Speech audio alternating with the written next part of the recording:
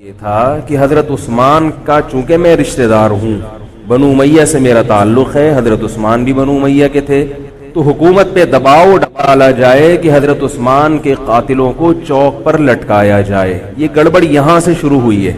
بات آ رہی ہے سمجھ میں؟ حکومت سے مطالبہ ہے کہ حضرت عثمان کے قاتلوں کو چوک پر لٹکایا جائے۔ یہ مطلب نہیں تھا حضرت معاویہ کا کہ حکومت کا اہل میں ہوں، مجھے خلافت دی جائے، میں علی کو نہیں مانتا یا میں علی کو معاذ اللہ برا سمجھتا ہوں، ایسا نہیں تھا۔ آج کل بعض لوگ یہ کہتے ہیں کہ حضرت معاویہ کے حکم سے حضرت علی کو گالیاں دی جاتی تھیں، یہ غلط ہے۔ یاد رکھو عربی کے لفظ کا ترجمہ اردو میں، یہ بہت سے لوگ نا ان کو عربی زبان سے ذرا بھی واقفیت نہیں ہے، چھوٹے چھوٹے بچے آ کے بیٹھ گئے ہیں۔ عربی میں کسی پر اعتراض کرنا، اس کی پالیسیوں کو غلط قرار دینا، اس کو بھی سب و شتم کہا جاتا ہے۔ اردو میں ہر جگہ اس کا ترجمہ گالیاں نہیں ہوتا، گالیوں کا مطلب تو ہمارے ہاں کچھ اور سمجھا جاتا ہے۔ آپ کسی پر اعتراض کر رہے ہو، اس کو تو سب و شتم کہا جائے گا۔ سب و شتم میں گالیاں بھی آتی ہیں، کسی کی پالیسیوں سے اختلاف کرنا، اس کی رائے پر رد کرنا، یہ بھی آتا ہے۔ لیکن اردو میں گالی کا مطلب برا لفظ ہے، گالی کوئی شریف آدمی نہیں دیتا۔ خیر، میں یہ عرض کر رہا تھا کہ حضرت عثمان رضی اللہ تعالی عنہ کے قاتلوں سے قصاص کا دعا کریں، میں جلدی سے اس موضوع کو سمیٹ کے آج ختم کر دوں۔ حضرت عثمان کے قاتلوں سے قصاص لیا جائے۔ حضرت علی رضی اللہ تعالی عنہ کا موقف یہ تھا کہ مدینہ میں حضرت عثمان کے قاتلوں کا جو ٹولہ ہے وہ اتنا مضبوط ہے کہ اگر میں نے ان سب کو پکڑ پکڑ کے لٹکانا شروع کر دیا تو مدینہ میں امن و امان کی صورتحال خراب ہو جائے۔ حکومت بھی دہشت گردی کے خلاف جب ایکشن لیتی ہے تو یہ سوچتی ہے نا کہ دہشت گردوں میں کتنی پاور ہے، تمیز سے، طریقے سے۔ اب یہ ایک اختلاف تھا جو بڑھنا شروع ہو گیا۔ اس اختلاف کے پیچھے نہ حکومت کی لالچ، نہ پیسے کی لالچ، نہ دولت، یہ سب الزامات ہیں اسلام دشمنوں کے جو انہوں نے صحابہ پر لگائے ہیں۔ نہ حضرت علی پر کوئی الزام لگایا جا سکتا ہے اس مسئلے میں، نہ حضرت معاویہ پر۔ رائے کا اختلاف ہے، رائے کا اختلاف۔ ابتدا میں حضرت معاویہ کے ساتھ بہت سارے صحابہ تھے، میں یہ تو نہیں کہہ رہا زیادہ، بہت سارے صحابہ، جن میں حضرت عائشہ رضی اللہ تعالی عنہ بھی تھی۔ بعد میں حضرت عائشہ رضی اللہ تعالی عنہ کا موقف تبدیل ہو گیا جب انہوں نے دیکھا کہ اس سے مسئلہ حل ہونے کے بجائے اور بگڑ رہا ہے۔ تو حضرت معاویہ نے حضرت علی کی بیعت سے انکار کیا، کہا کہ جب تک حضرت عثمان کے قاتلوں کو چوک پہ نہیں لٹکایا جاتا میں آپ کے ہاتھ پہ بیعت کرنے کے لیے تیار نہیں ہوں۔ یہ حضرت معاویہ کی رائے تھی۔ حضرت علی کی رائے یہ تھی کہ میرے لیے یہ فی الحال ممکن نہیں ہے، لہذا، اور اس سے ہو کیا رہا ہے، حکومت دو حصوں میں ڈیوائیڈ ہو رہی ہے۔ ان کی رائے یہ تھی کہ حضرت معاویہ رضی اللہ تعالی عنہ کو اپنے اس مطالبے سے دستبردار ہو کر میرے ہاتھ پہ بیعت کر لینی چاہیے۔ اور قرآن کا حکم ہے وَإِن طَائِفَتَانِ مِنَ الْمُؤْمِنِينَ اقْتَتَلُوا فَأَصْلِحُوا بَيْنَهُمَا فَإِن بَغَتْ إِحْدَاهُمَا عَلَى الْأُخْرَى فَقَاتِلُوا الَّتِي تَبْغِي حَتَّى تَفِيءَ إِلَى أَمْرِ اللَّهِ، کہ اگر مسلمانوں کا کوئی فریق بغاوت پہ اتر آئے، حکومت وقت سے لڑائی کرے، قَاتِلُوا الَّتِي تَبْغِي، تو جو طبقہ حکومت کو تسلیم نہیں کر رہا یا حکومت کے خلاف بغاوت کر رہا ہے اس سے قتال کرو۔ حضرت علی کا موقف یہ تھا کہ قرآن مجید کی یہ آیت مجھ سے مطالبہ کر رہی ہے کہ جو لوگ میرے ہاتھ پہ بیعت نہیں ہو رہے جبکہ میری خلافت قائم ہو چکی ہے، تو میں مسلمانوں میں تاکہ اختلاف اور انتشار نہ ہو، میں اس فریق کو تلوار کے زور سے بیعت کرنے پر مجبور کروں۔ بات آ رہی ہے سمجھ میں کہ نہیں آ رہی ہے؟ آج تو پولیس بھی نہیں بلا سکتے، موبائل ہی نہیں ہے بھائی، بند پڑے ہوئے، ورنہ میں پولیس بلوا لیتا آج آپ کو بات سمجھانے کی۔ لیکن میں کہتا ہوں کہ میں پولیس اگر بلواتا، اگر پولیس ہی کو سمجھ میں نہیں آئی، یہ بھی تو بڑا مسئلہ ہے۔ خیر، تو حضرت علی کا موقف یہ تھا۔ حضرت معاویہ کا موقف یہ تھا کہ حکومت کے خلاف بغاوت غلط ہے نا، جس کو حکومت مان لیا ہو، جب تک میں نے خلیفہ مانا ہی نہیں ہے تو میرا یہ عمل بغاوت نہیں کہلائے گا۔ یہ اختلاف رائے ہے، اور یہ اختلاف صحابہ میں بھی ہوا ہے، تابعین میں بھی ہوا ہے، ائمہ مجتہدین میں بھی ہوا ہے، اور آج تک ہوتا آ رہا ہے۔ اس قسم کے اختلافات مکمل ختم نہیں ہو سکتے، یہ صحابہ میں بھی ہوا ہے۔ قرآن و حدیث کو سمجھنے کا اختلاف کہا جاتا ہے اس کو، اور اس اختلاف کے بارے میں نبی صلی اللہ علیہ وسلم کی صحیح حدیث ہے اذا اجتہد المجتہد فإن أصاب فله أجران وإن أخطأ فله أجر واحد، جب کوئی مجتہد اجتہاد کرتا ہے کیا مطلب قرآن و حدیث کو سمجھنے کی کوشش کرتا ہے، اگر وہ صحیح نتیجے پر پہنچ جائے تو اس کو 2 اجر ملتے ہیں، اگر غلط نتیجے پر پہنچے تو بھی 1 اجر ملتا ہے اس کو، اس لیے کہ اس کے بس میں جو تھا وہ اس نے کر لیا۔ اب پیغمبر تو موجود نہیں ہے جو آگے بتائیں گے کہ یہ صحیح کر رہا ہے یہ غلط کر رہا ہے۔ میں نے اپنے ایک استاد سے ایک مرتبہ پوچھا کہ حضرت یہ علماء میں جب اختلاف ہوتا ہے کسی مسئلے میں تو عوام بڑی پریشان ہوتی ہے، کیا کریں ہم؟ انہوں نے فرمایا کہ عوام کو یہ بتاؤ کہ ہم پیغمبر نہیں ہیں اور ہم پیغمبر سے براہ راست مسئلہ پوچھ نہیں سکتے، ہمارے پاس جو قرآن و سنت ہے اور جو فقہائے کرام نے اس قرآن و سنت کی تشریح کی ہے، جو فقہ کی کتابیں ہیں ہم اس میں دیکھتے ہیں، اب اس میں 2 علماء کی رائے میں اگر اختلاف ہو جائے تو اس اختلاف کو ختم کرنے کا ہمارے پاس کوئی راستہ نہیں ہے، نبی ہوتے تو ہم پوچھ لیتے، جب راستہ نہیں ہے تو بھائی اللہ کے نبی نے فرما دیا کہ جو تمہارے بس میں ہے وہ کر لو، اگر درست بات تک پہنچ گئے ڈبل اجر، نہیں پہنچے تو بھی اجر۔ اس میں ہمیں بتا دیا کہ اسلام پر عمل کے لیے اتنا کافی ہے کہ جو تمہاری استطاعت میں ہے وہ کر لو۔ نہیں آئی بات سمجھ؟ اب یہ اختلاف چھوٹے مسائل میں بھی ہو سکتا ہے اور بڑے مسائل میں بھی ہو سکتا ہے۔ تیسری بھی ایک جماعت تھی، یہ 2 اختلاف تو پتہ چل گئے نا، حضرت علی کا موقف، حضرت معاویہ کا موقف۔ ایک تیسری جماعت تھی جو یہ کہتی تھی کہ نہ ہم حضرت علی کا ساتھ دیں گے نہ حضرت معاویہ کا، کیونکہ دونوں مسلمان ہیں، دونوں لڑ رہے ہیں، مسلمانوں کو ہم لڑتا ہوا نہیں دیکھ سکتے۔ ان کا موقف تھا حضرت علی رضی اللہ تعالیٰ عنہ ایک صحابی کے پاس گئے اور ان سے کہا کہ آپ میری جماعت میں شامل ہوں اور اہل شام کے خلاف میرے ساتھ مل کے لڑیں۔ وہ صحابی گئے ایک لکڑی کی تلوار اٹھا کے لائے، انہوں نے کہا کہ میں نے رسول اللہ صلی اللہ علیہ وسلم سے سنا ہے کہ فتنے کا دور ہوگا، مسلمان آپس میں لڑیں گے، تو تم اس وقت اپنی تلوار کو لکڑی کی بنا لینا۔ لکڑی کی تلوار کا مطلب جو کسی سے لڑنے کے کام نہ آئے، میں تو نہیں لڑ سکتا۔ اب حضرت علی نے یہ نہیں کہ اس پہ تلوار رکھ دیا کہ نہیں تو جائے گا، یا تو دائرہ اسلام سے خارج ہے، یا تو باغی ہے، ٹھیک ہے نہیں آ رہی سمجھ میں چھوڑ دو۔ آج جو فتنے کھڑے ہو رہے ہیں نا وہ اس پہ نہیں ہو رہے کہ صحیح کیا ہے غلط کیا ہے، فتنہ اس پر ہو رہا ہے کہ جو مجھے سمجھ میں آ رہا ہے وہ میں تھوپ کے اس کو مسلط کر دوں۔ مجھے اگر رفع الیدین سمجھ میں آ رہا ہے تو پوری دنیا رفع الیدین کیوں نہیں کر رہی، اور اگر مجھے ترک رفع الیدین سمجھ میں آ رہا ہے تو یہ چند لوگ رفع الیدین کیوں کر رہے ہیں۔ صحابہ کے دور میں رفع الیدین بھی ہوتا تھا اور ترک بھی ہوتا تھا، پھڈے نہیں ہوتے تھے۔ صحابہ کے دور میں زور سے آمین بھی تھی اور آہستہ آمین بھی تھی، جھگڑے نہیں تھے۔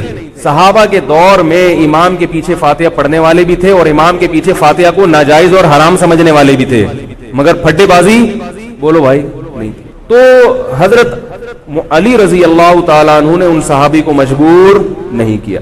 حضرت علی کی فوج میں عمار ابن یاسر رضی اللہ تعالیٰ عنہ بھی تھے، زبیر ابن عوام، عبداللہ ابن زبیر رضی اللہ تعالیٰ عنہ، عبداللہ ابن زبیر ابن عوام۔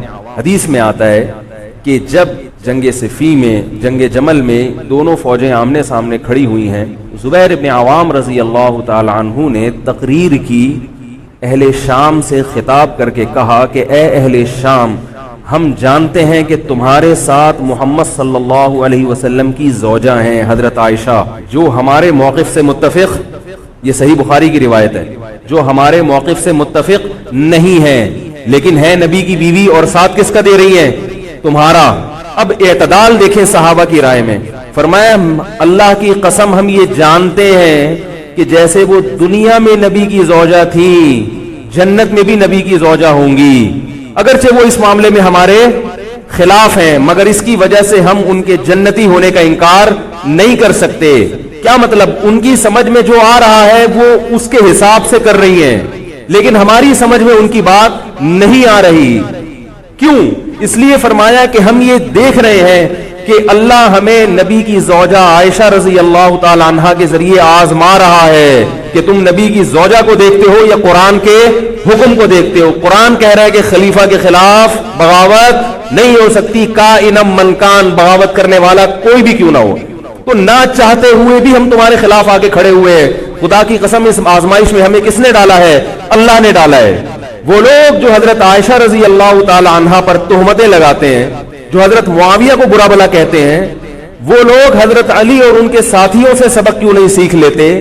ایک مرتبہ میرے پاس ایک سوال آیا، سوال کرنے والے نے حضرت معاویہ کی شان میں گستاخی کا پورا ایک باب باندھا ہوا تھا۔ اس نے کہا کہ جس نے نبی کے داماد کے خلاف تلوار اٹھائی وہ اسلام میں معاذ اللہ کیسے ہو سکتا ہے، اور ایسے برے برے القاب کے میں زبان پہ بھی نہیں لا سکتا۔ میری عادت ہے شارٹ کٹ جواب دینے کی، گلویلے دی تے پھل موسم دا. اتنا ٹائم تھوڑی ہے کہ ہر آدمی کے سوال کو لے کے بیٹھ جائیں. میں نے کہا آپ کے جواب میں اتنا کافی ہے کہ یہ وہ الزامات ہیں کہ جس کے خلاف تلوار اٹھائی اس نے بھی یہ الزامات نہیں لگائے. مدعی سست اور گواہ چست. نہیں آ رہی میرا خیال ہے بات. جو حضرت علی کے ساتھ تھے انہوں نے تو یہ کچھ حضرت معاویہ کے خلاف نہیں کہا. انہوں نے تو وہ تو پھر بھی جنتی مان رہے ہیں, ایک دوسرے کی نماز جنازہ میں شریک ہو رہے ہیں, مال غنیمت کو تقسیم نہیں کر رہے, ایک دوسرے کی عورت پہ ہاتھ نہیں اٹھا رہے, احترام کر رہے ہیں, ایک دوسرے کے پیچھے جنگ ختم ہونے کے بعد نمازیں پڑھی جا رہی ہیں. اللہ تعالیٰ نے یہ مثال صحابہ کی قائم کی ہے دنیا کو دکھانے کے لیے کہ ان میں اتنا بڑا اختلاف ہو کہ تلواریں بھی چل جائیں تو وہ اختلاف بھی حدود سے تجاوز نہیں کرتا. اور ہمارے چھوٹے چھوٹے اختلافات میں کیا ایک دوسرے کے خلاف بہتان تراشیاں اور زبان درازیاں ہوتی ہیں. تو یہ اختلاف تھا حضرت علی اور حضرت معاویہ کا, جس میں 3 فریق تھے. ایک حضرت علی تھے, ان کا موقف یہ تھا میرے لیے تلوار اٹھانا واجب ہے. حضرت علی کے ساتھ جو لوگ تھے ان کا بھی یہ موقف تھا. حضرت معاویہ کا یہ موقف تھا کہ میں باغیوں کی فہرست میں آتا نہیں ہوں. کیوں نہیں آتا؟ اس لیے نہیں آتا کہ میں نے خلافت کو تسلیم نہیں کیا, اور ان کے ساتھ بھی صحابہ کرام کی ایک جماعت تھی. اور تیسرا موقف بہت سارے صحابہ یہ تھے جو کہتے تھے ہم کسی کا ساتھ نہیں دیں گے, دونوں طرف مسلمان ہیں, ہماری تلوار سے کسی مسلمان کا خون ہو ہم یہ برداشت نہیں کر سکتے. ہماری رائے یہ ہے, اہل سنت والجماعت کی رائے یہ ہے کہ یہ ان تینوں فریقوں میں جو برحق تھے وہ حضرت علی تھے, کیونکہ حکومت تھی ان کے پاس. باقی جو دونوں فریق تھے صحابہ کرام کے, ان سے غلطی ہوئی ہے, مگر یہ غلطی اجتہادی ہے. یہ نفس پرستی والی غلطی, حکومت کی لالچ والی, دولت کی لالچ والی, یا ہٹ دھرمی والی, یا ضد والی غلطی بولو بھائی نہیں ہے. یہ وہ غلطی ہے جس کے بارے میں محمد صلی اللہ علیہ وسلم نے فرمایا کہ اگر مجتہد سے غلطی ہوتی ہے تو بھی اس کو اجر ملتا ہے, کیونکہ اللہ نے قرآن میں فرمایا فاتقوا اللہ ما استطعتم, اللہ سے اتنا ڈرو جتنی تم میں استطاعت ہے. تو ان کی جتنی سمجھ میں آیا انہوں نے اس حساب سے کیا. تو 2 جنگیں ہوئی ہیں, جنگ جمل اور جنگ صفین. اب ایک اور بات ہے, تاریخی حقیقت ہے کہ 2 جنگوں کے بعد حضرت علی رضی اللہ تعالی عنہ کو خوارج نے شہید کر دیا. یہ وہی خوارج جو حضرت عثمان کے قاتل تھے. انہوں نے شہید کس کو کیا؟ حضرت علی کو. حضرت علی کی شہادت کے بعد حضرت حسن رضی اللہ تعالی عنہ کی 6 مہینے تقریباً خلافت رہی. حضرت حسن رضی اللہ تعالی عنہ نے امت میں جوڑ پیدا کرنے کے لیے حضرت معاویہ رضی اللہ تعالی عنہ سے سلو کر لی, اور خلافت سے دستبردار ہو کر حضرت معاویہ کے ہاتھ پر بیعت ہو گئے. نہیں آ رہی میرا, پولیس کو فون کریں یار, بہت اہم بات ہے یہ, اس کو اچھی طرح سمجھ لیں, اللہ کرے سمجھ میں آئے. تو جب یہ ہو گیا تو مسئلہ ختم ہو گیا نا. لوگوں نے حضرت حسن سے کہا, یہ میں بالکل مستند روایتیں پیش کر رہا ہوں, اس کے سب کے حوالے ہیں, اور بہت ایسا نہیں ہے کہ تاریخ کی کتابوں کے, یہ حدیث کی کتابوں کے سے پیش کر رہا ہوں. حدیث کا جو معیار ہے وہ تاریخی کتب سے بہت زیادہ ہوتا ہے.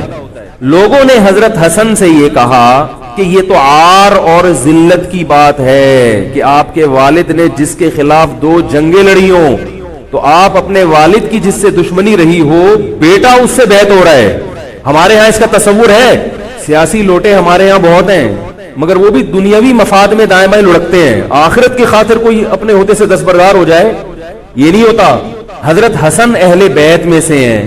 حضرت حسن بیعت ہو گئے کس کے ہاتھ پر؟ حضرت معاویہ. لوگوں نے کہا یہ عار اور ذلت کی بات ہے. تو حضرت حسن کے وہ تاریخی الفاظ ہیں کہ میں دنیا کی ذلت کو جہنم کی آگ پر ترجیح دیتا ہوں. کیا مطلب؟ میں مسلمانوں کو آپس میں لڑتا ہوا نہیں دیکھ سکتا, میں نہیں لڑتا ہوا دیکھ سکتا. اب کوئی اس بیس پر حضرت علی پہ الزام لگائے کہ اس کا مطلب وہ لڑتا ہوا دیکھ سکتے تھے. بھائی ان کا جو موقف تھا, جو ان کی سمجھ میں آیا وہ انہوں نے کیا. حضرت حسن کا موقف اپنے والد کے موقف سے مختلف تھا, یہ اختلاف رائے ہو سکتا ہے. ان کا موقف یہ تھا کہ بھئی حضرت معاویہ حکومت کے اہل ہو یا نہ ہو یہ ایک الگ بحث ہے, اگر میں ان کے مقابلے میں متوازی حکومت قائم کروں گا تو پھر مطالبہ ہوگا حضرت عثمان کے قاتل سے قصاص, جو کہ ممکن نہیں ہے, اور پھر یہ لڑائی آگے چلے گی. بہتر ہے کہ دستبردار ہو جاؤ کہ حضرت آپ ہمارے خلیفہ ہیں, آپ ہمارے امیر. نبی صلی اللہ علیہ وسلم اس کی پیشگوئی پہلے کر چکے تھے. حضرت حسن رضی اللہ تعالیٰ عنہ کے بارے میں فرما چکے تھے کہ اللہ میرے اس بیٹے کے ذریعے مسلمانوں کے 2 فریق میں صلح پیدا کریں. تو جو اہل بیت سے محبت کرنے والے لوگ ہیں ان کو بھی چاہیے کہ کوئی ایسا کام نہ کرے جس سے مسلمانوں میں دوبارہ سے اختلاف اور انتشار پیدا ہو جائے. جوڑ کی اہمیت شریعت میں زیادہ ہے. اب جب حضرت معاویہ کی خلافت قائم ہوئی ہے، حضرت معاویہ نے حضرت حسن رضی اللہ تعالی عنہ کے اکرام میں کوئی کسر نہیں چھوڑی. اس پر متواتر روایات ہیں کہ حضرت معاویہ جتنا حضرت حسن کا اکرام کیا کرتے تھے اتنا کسی کا اکرام نہیں کرتے تھے. بہت زیادہ آپ کو عزت دی حضرت معاویہ رضی اللہ تعالی عنہ نے. حضرت معاویہ کے بعد یزید کی خلافت قائم ہوئی ہے، حکومت قائم ہوئی ہے. حضرت معاویہ صحابی رسول تھے. بہت سارے صحابہ کو آپ کے طریقہ حکومت پر اعتراض تھا کیونکہ بہرحال باقاعدہ سلیکشن نہیں ہوئی تھی، لیکن پھر بھی صحابہ اکرام نے جب حضرت حسن بیعت ہو گئے تو باقی کس کو اعتراض کا ہوگا. پھر حضرت معاویہ رضی اللہ تعالی عنہ کے دور میں بہت جہاد ہوا ہے. اسلامی خلافت، ہمارا جو بر صغیر میں اسلام آیا ہے اس کا بہت بڑا حصہ حضرت معاویہ کے دور میں اسلام آیا. یہاں حضرت معاویہ کے بعد جب یزید خلیفہ بنا ہے مسلمانوں کا تو بہت سارے صحابہ نے یزید کے ہاتھ پہ، بہت سارے تو نہیں، چند صحابہ نے یزید کے ہاتھ پر بیعت کرنے سے انکار کر دیا. وہ اتنے تھوڑے صحابہ ہیں جن کو انگلیوں پہ گنا جا سکتا ہے، جن میں حضرت حسین بھی تھے. حضرت حسن نہیں، حضرت حسن کے بھائی، بولو بھائی، حضرت حسین. جمہور صحابہ کا موقف یہ تھا کہ یزید کا طریقہ خلافت اگرچہ غلط ہے، طریقہ حکومت اگرچہ غلط ہے، مگر رسول اللہ صلی اللہ علیہ وسلم کی صحیح احادیث موجود ہیں. نبی صلی اللہ علیہ وسلم نے فرمایا، صحیح بخاری کی حدیث ہے، اسمعوا واطیعوا ولو سلط علیکم رجل حبشی کأن رأسہ ذبیبہ. آپ صلی اللہ علیہ وسلم نے فرمایا، سنو اور اطاعت کرو اگرچہ تم پر کوئی حبشی غلام مسلط کر دیا جائے جس کا سر کشمش کی طرح پچکا ہوا ہو. کیا مطلب؟ سلیکشن نہیں ہوئی بلکہ زبردستی مسلط ہو گیا کسی بھی طرح سے. اور جو مسلط ہوا وہ کسی بھی لحاظ سے حکومت کرنے کا اہل نہیں ہے، غلام ہے. غلام کبھی بھی حکومت کا اہل نہیں ہوتا. اور غلام بھی حبشی، کالا کلوٹا، گوروں سے جس کو ویسے ہی تبھی نفرت ہو، بھائی ہم سارے سفید ہیں اور یہ ایک بلیک کہاں سے آ گیا دوسری قوم کا آدمی. انسان دوسری قوم کے آدمی کو قبول نہیں کرتا، قوم بھی دوسری. اور فرمایا شکل بھی اچھی نہیں ہے، بھائی حاکم کم از کم شکل کا اچھا ہو تو اطاعت کرتے ہوئے مزہ آتا ہے. شکل بھی اچھی نہ ہو تو آدمی کہتا ہے یار اس کی مانوں میں.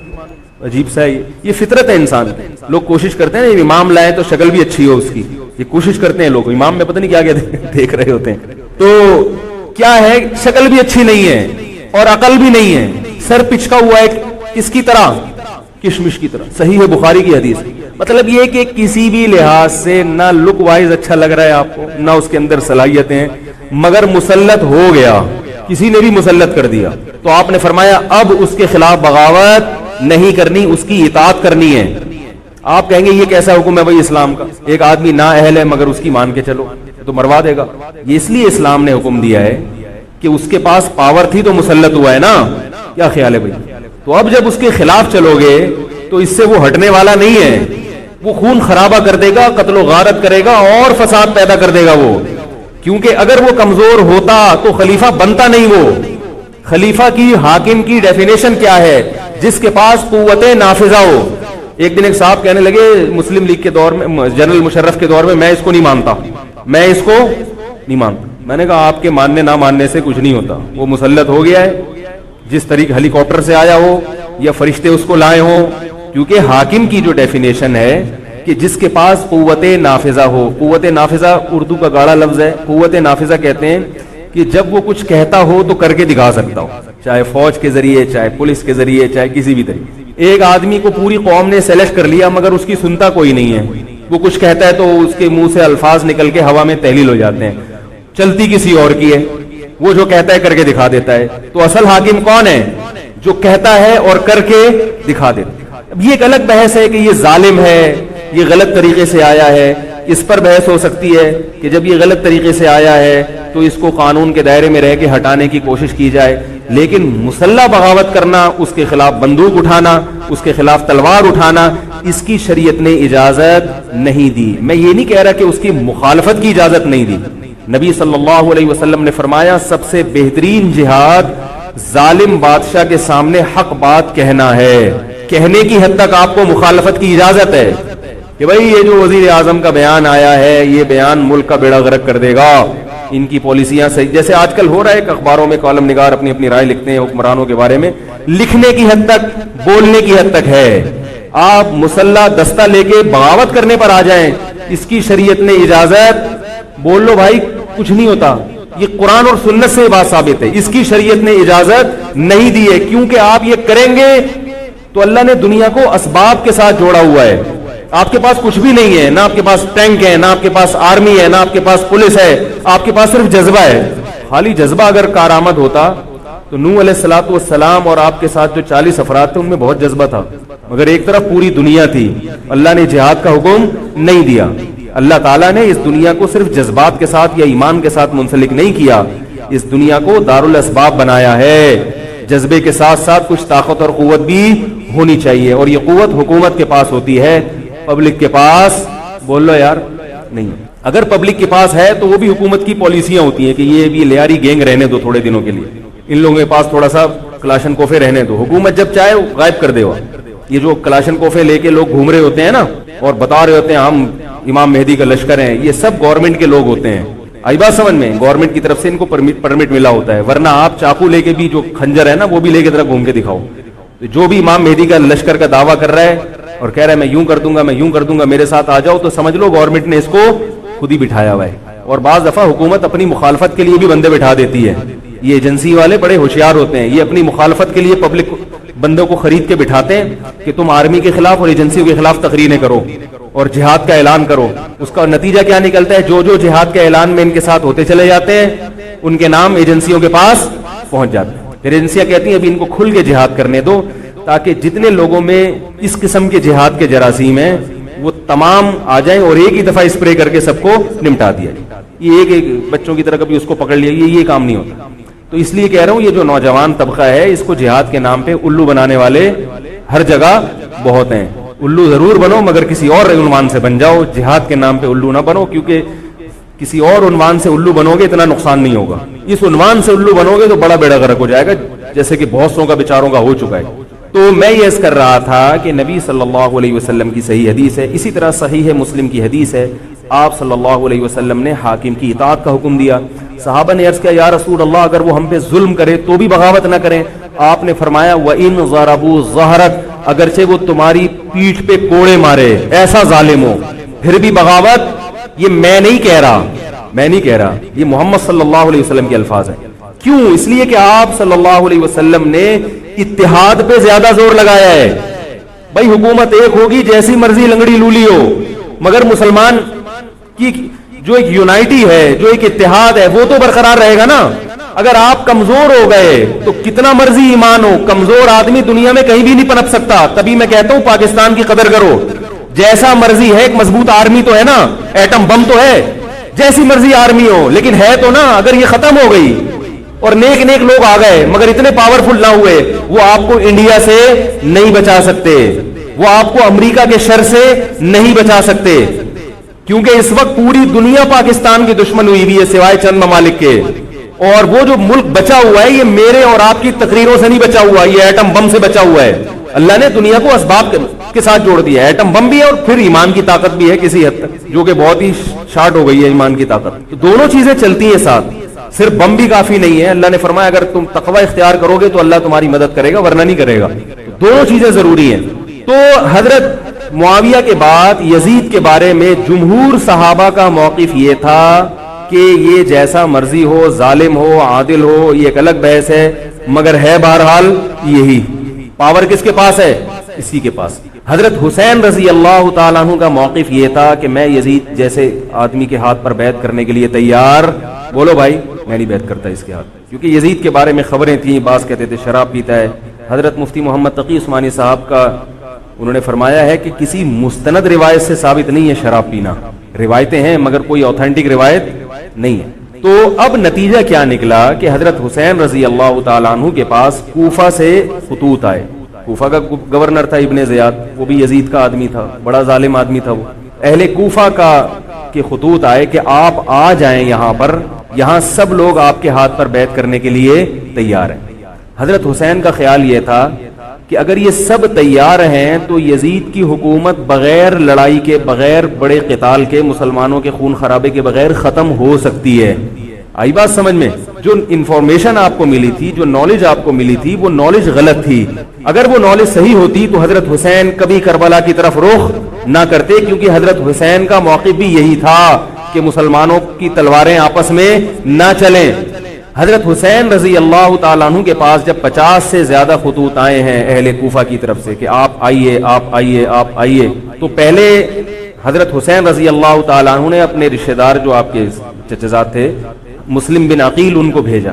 نتیجہ کیا نکلا؟ مسلم بن عقیل کا وہاں پر حکومت نے گرفتار کر کے ان کو قتل کر دیا. اب یہ ایک ایسا ظلم تھا جس کے ظاہر ہے کہ کسی کو سفیر بنا کے بھیجا جائے، کسی کو حال احوال دیکھنے کے لیے بھیجا جائے، اور حضرت حسین کی نیت ہرگز بغاوت کی نہیں تھی، مگر کوفہ کے گورنر کو اور یزید کو یہ خیال تھا کہ خلافت کے اصل اہل یقیناً یہی ہیں، کہیں ایسا تو نہیں ہے کہ یہ امیر بننا چاہتے ہیں، یہ خلیفہ بننا چاہتے ہیں. ایک خوف اس کے دل میں بیٹھ گیا تھا، ایک لاشعور میں خوف ہوتا ہے نا انسان کے دل میں بیٹھ جاتا ہے کہ آپ 100 دفعہ بھی کہیں بھی میری یہ نیت نہیں ہے، مگر وہ ڈر رہا ہوتا ہے کہ یار یہ کچھ کر نہ لیں. تو جب مسلم بن عقیل کو شہید کیا گیا، حضرت حسین رضی اللہ تعالیٰ عنہ جا چکے تھے. جب حضرت حسین رضی اللہ تعالیٰ عنہ کوفہ کی طرف جا رہے تھے، بہت سارے صحابہ نے آپ کو منع کیا، جن میں عبداللہ ابن عمر رضی اللہ تعالیٰ عنہ بھی تھے، عبداللہ ابن عباس رضی اللہ تعالیٰ عنہ بھی، کہ آپ یہ کام نہ کریں. بعض نے تو کہا کہ ہمیں آپ کی شہادت کا یقین ہے، کیونکہ جس حالات میں آپ جا رہے ہیں حکومت یہ سمجھے گی کہ بغاوت کرنے آ رہے ہیں، لہذا وہ آپ کو کیا کرے گی؟ اس بیس پہ قتل نہیں کرے گی کہ آپ نواسہ رسول ہیں، کیونکہ وہ بھی مسلمان تھے. اس بیس پہ قتل کرے گی کہ آپ کی نیت کیا ہے؟ حکومت کے خلاف بغاوت. تو ان کے پاس ایک اپنے آپ کو برحق ثابت کرنے کے لیے ایک دلیل ہوگی کہ حکومت کا باغی جو بھی ہو اسے کیا کر دو؟ قتل. رسول اللہ صلی اللہ علیہ وسلم نے فرمایا، صحیح حدیث ہے، کہ جب مسلمان کسی ایک امیر پہ جمع ہو جائیں تو اس کے خلاف جو بھی اٹھے، نبی نے فرمایا اس کو قتل کر دو، کائنم من کان، چاہے وہ اس کے خلاف اٹھنے والا کتنا ہی نیک کیوں نہ ہو. یہ حدیث کے الفاظ ہیں. حضرت حسین کا موقف یہ تھا کہ میں نے ابھی تک یزید کی خلافت اور حکومت کو تسلیم نہیں کیا، لہذا میں اس وعید میں داخل نہیں ہوں. اب ہوا یہ ہے کہ حضرت حسین رضی اللہ تعالیٰ عنہ جب گئے ہیں اور کربلا کے مقام پہ پہنچے ہیں، تو وہاں آپ رضی اللہ تعالیٰ عنہ کو مسلم بن عقیل کی شہادت کا بھی پتہ چلا، اور اندازہ ہوا، میں بہت شارٹ کر کے سنا رہا ہوں، اندازہ ہوا کہ حالات ایسے نہیں ہیں جیسے میں سمجھ رہا تھا. عبید اللہ جو ابن زیاد تھا بدبخت، اس نے حضرت حسین کو یہ کہا کہ بغیر کسی شرط کے حضرت حسین کو گرفتار کر کے لاؤ اور میرے ہاتھ پر بیعت کراؤ.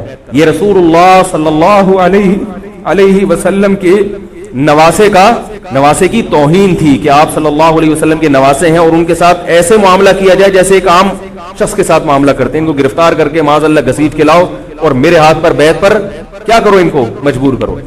حضرت حسین رضی اللہ تعالیٰ عنہ کا کربلا کے میدان میں موقف یہ تھا کہ میں اگر بیعت ہوں گا تو ڈائریکٹ یزید کے ہاتھ پہ بیعت ہوں گا جو مسلمانوں کا خلیفہ ہے، ابن زیاد کے ہاتھ پر بیعت نہیں ہوں گا. یہ بھی اس تاریخ کا ایک اہم پہلو ہے کہ حضرت حسین نے کوفہ جانے کا ارادہ ترک کر دیا اور کربلا سے شام جانے کا آپ رضی اللہ تعالیٰ عنہ نے ارادہ کر لیا. اور بعض مورخین نے لکھا ہے کہ حضرت حسین جو واپس آ رہے تھے تو وہ کربلا سے گزر رہے تھے، وہ واپسی کا راستہ ہی شام کا راستہ ہے. نہیں یاری بات میرا خیال ہے سمجھ، وہ جس ٹریک پر چل رہے تھے وہ راستہ کون سا ہے؟ وہ شام کو جاتا ہے. یہ اس کی علامت ہے کہ آپ یزید سے ملاقات کے لیے، مذاکرات کے لیے تیار بولو بھائی ہو چکے تھے کہ میں خود براہ راست یزید سے مل کے حال احوال دیکھتا ہوں، اگر مجھے سمجھ میں آئے تو میں اس کے ہاتھ میں بیعت ہو جاؤں گا. حضرت حسین رضی اللہ تعالی عنہ کا مقصد حکومت کے خلاف تلوار اٹھانا بولو بھائی نہیں تھا، ورنہ وہ اس کے لیے تیار نہ ہوتے. مگر جو ابن زیاد تھا اس نے حضرت حسین رضی اللہ تعالی عنہ اور آپ کے ساتھ جتنے اہل بیت تھے ان پر ظلم یہ کیا اس بدبخت نے کہ اس نے انہیں شام جانے کا راستہ نہیں دیا اور اس میں اپنی توہین محسوس کی کہ میرے ہاتھ پر بیعت کیوں نہیں ہو رہے، اور لشکر بھیجا جس لشکر نے چاروں طرف سے حضرت حسین رضی اللہ تعالیٰ عنہ کو گھیرا.